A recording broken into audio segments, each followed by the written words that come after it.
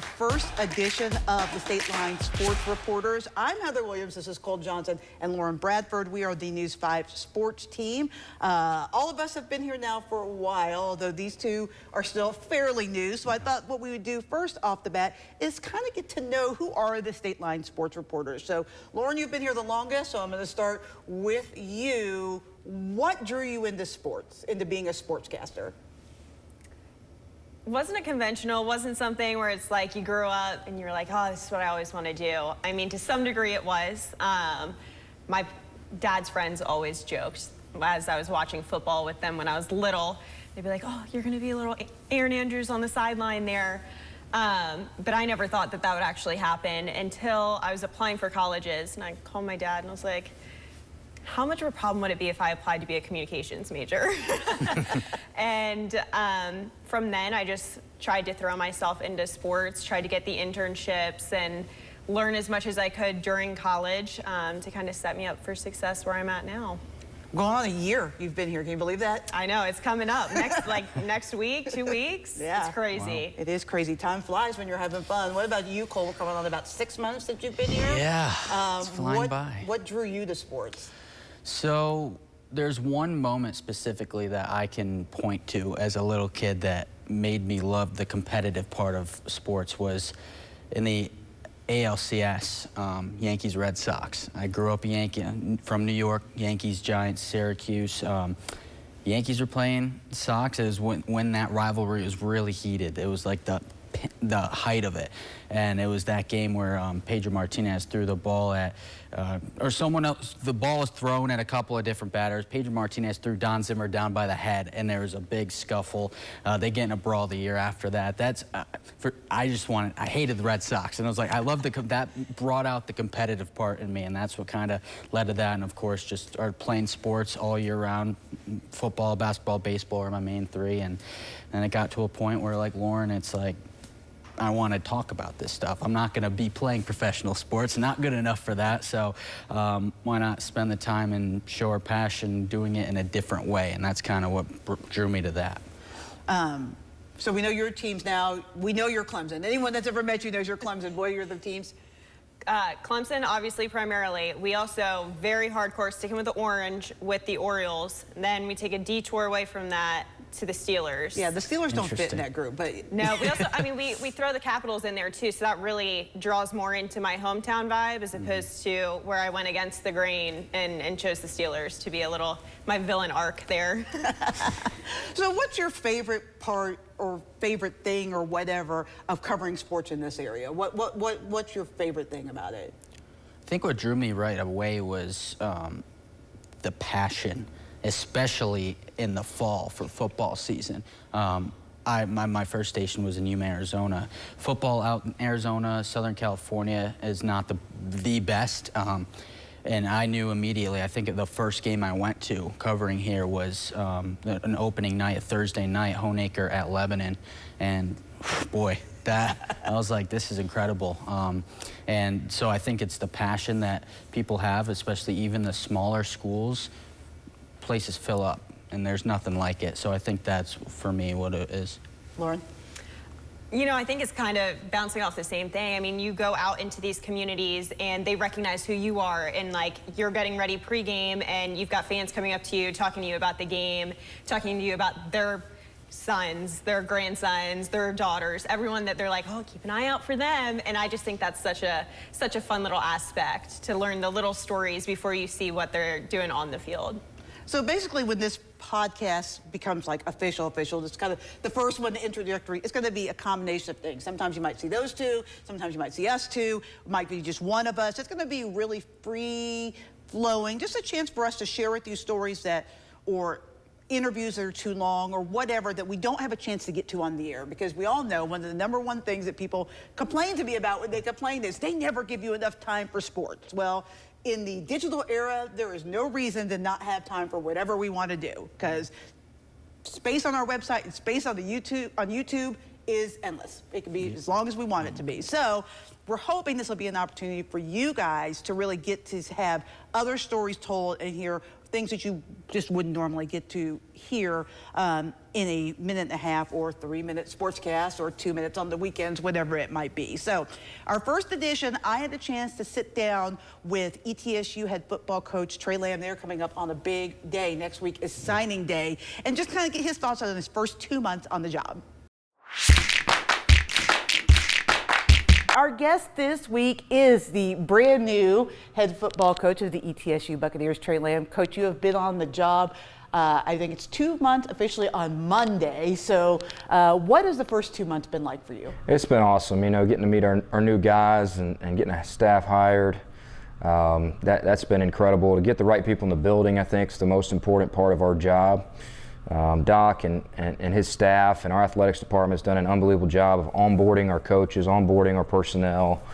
We brought in 38 mid-year transfers, so we've put a lot of stress on the school and on admissions and our training staff and compliance. So you got to give them a ton of credit for the work they've done to get this thing going for us. And right now we're hitting mat drills pretty hard. You know, we were out on the turf this morning at 6 a.m. with the frost and just trying to put our guys through some hard stuff and see how they handle it. And we've also hit the road recruiting very hard the last couple months. So I was up here after the press conference for, I don't know, 22 days without seeing my wife and kids, so she was ready to divorce me. But it'll make it all worth it. They're up here now. We got moved in, so things are settling in nicely, and I couldn't be happier where we're at. But you really, I mean, as soon as you got those transfers and everything, you had a lot of time to breathe, because you mentioned recruiting. The recruiting signing day is coming up next week and a half, I guess.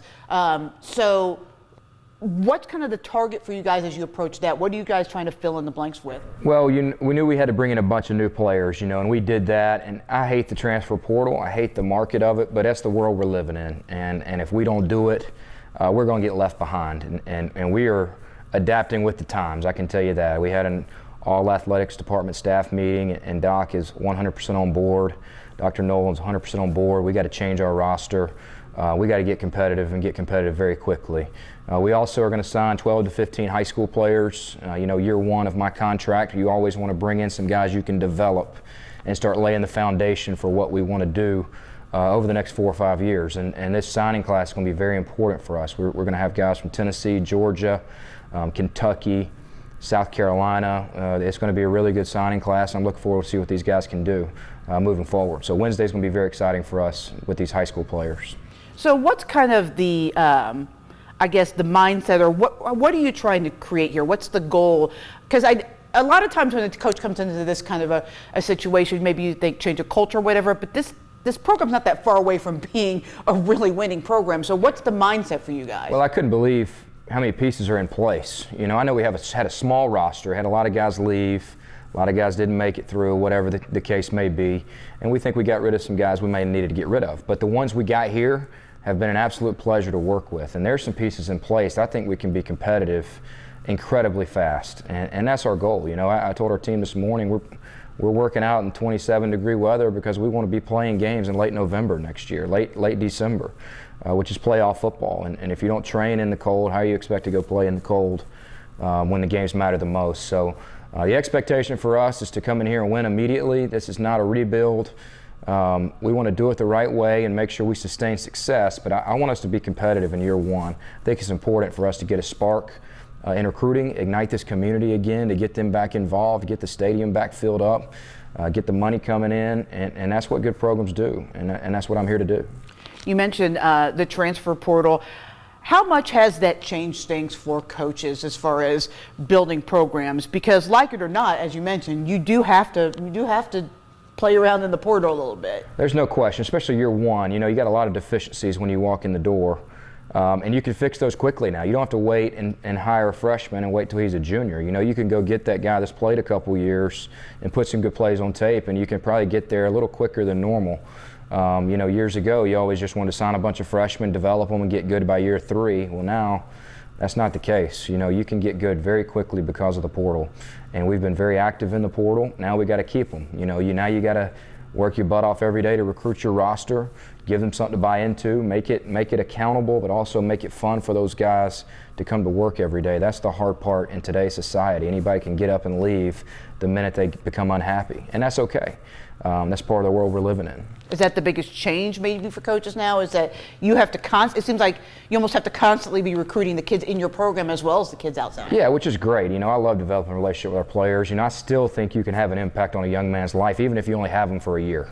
And that's okay. That's just, we have to understand that's the world we're living in, and we will make sure that we're doing that. But in a perfect world, I would like to sign 70% high school, 30% portal. That would be perfect for us. Like, that's what I told our staff. Now this year was the opposite. We're going to be about 70% portal, 30% high school, because there are deficiencies that we need to fix.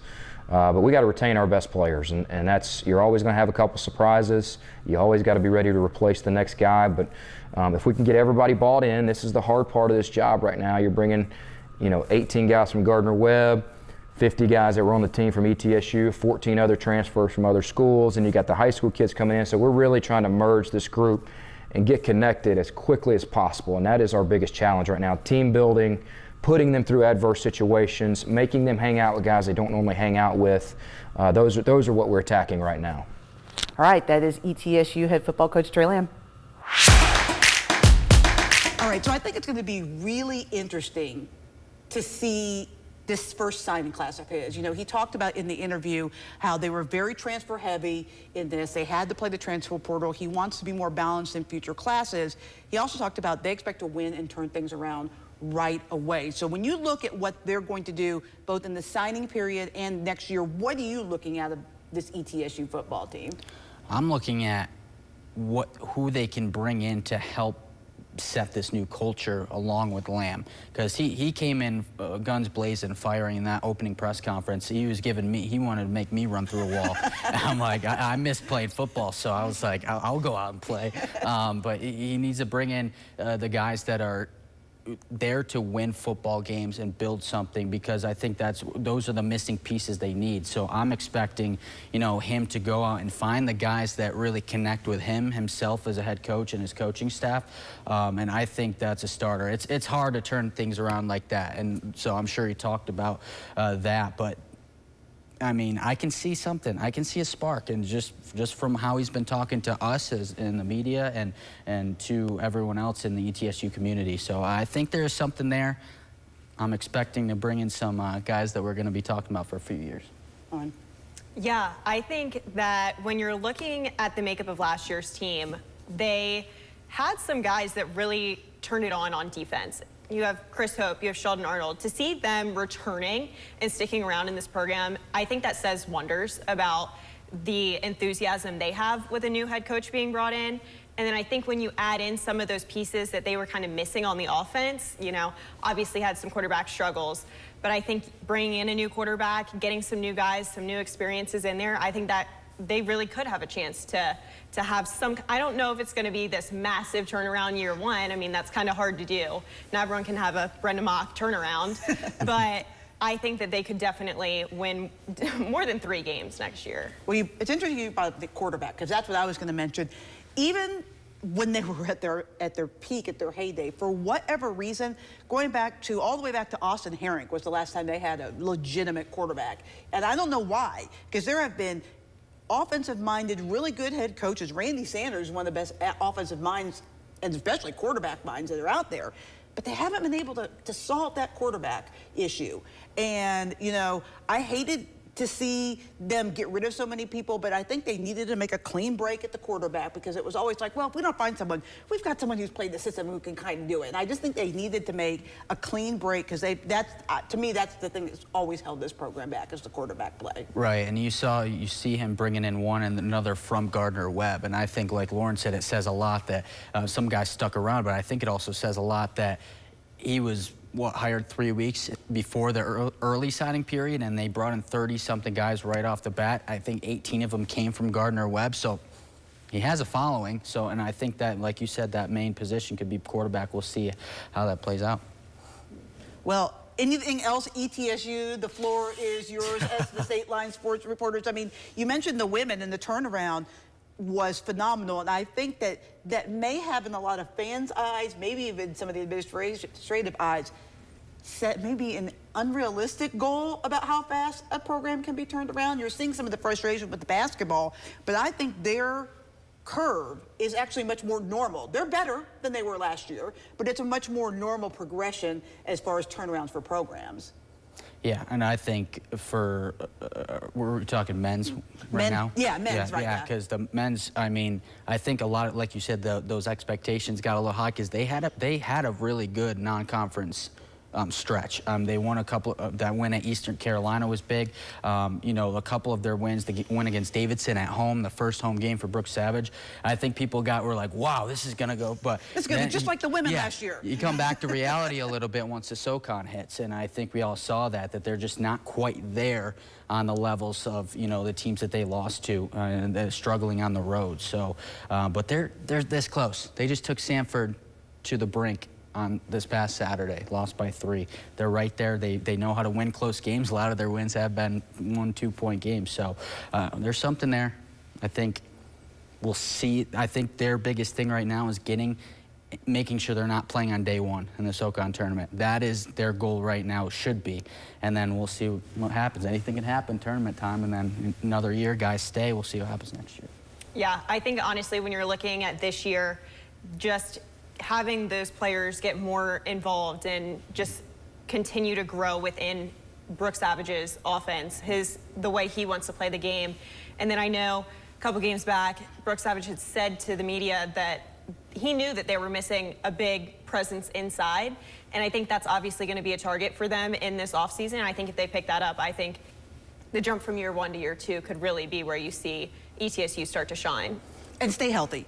They can't afford to lose a Karan Boyd or really anybody because they're kind of limited in what they can do. Everybody has a very specific duty or expertise, and when you lose that, it just throws everything off kilter. That's why I think you saw the big jump last week against Sanford, because Karan was back, and everybody was like back normal, and we're doing what we do, and it was like, you know, it's better. But so and not just Karan. I think if you take Jaden Parker or Jaden Seymour or anybody out of that mix, I just think it upsets the whole apple cart.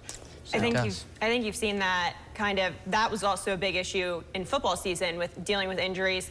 On the flip side, you've got women's basketball who's also dealt with quite a few injuries, but somehow you've seen players just be able to step up and fill those gaps a little bit better. You don't really see as much drop off there as you have in some of these other sports. Well, I think the one thing that the women are blessed with is depth. They have, and I think that's just the difference between year 1 and year 2, because I think if this happens last year, they maybe can't deal with it as well as they did. Right. But, you know, those freshmen and sophomores last year are now sophomores and juniors, and you're able to deal with that a little bit better. It's coming for the men, I think.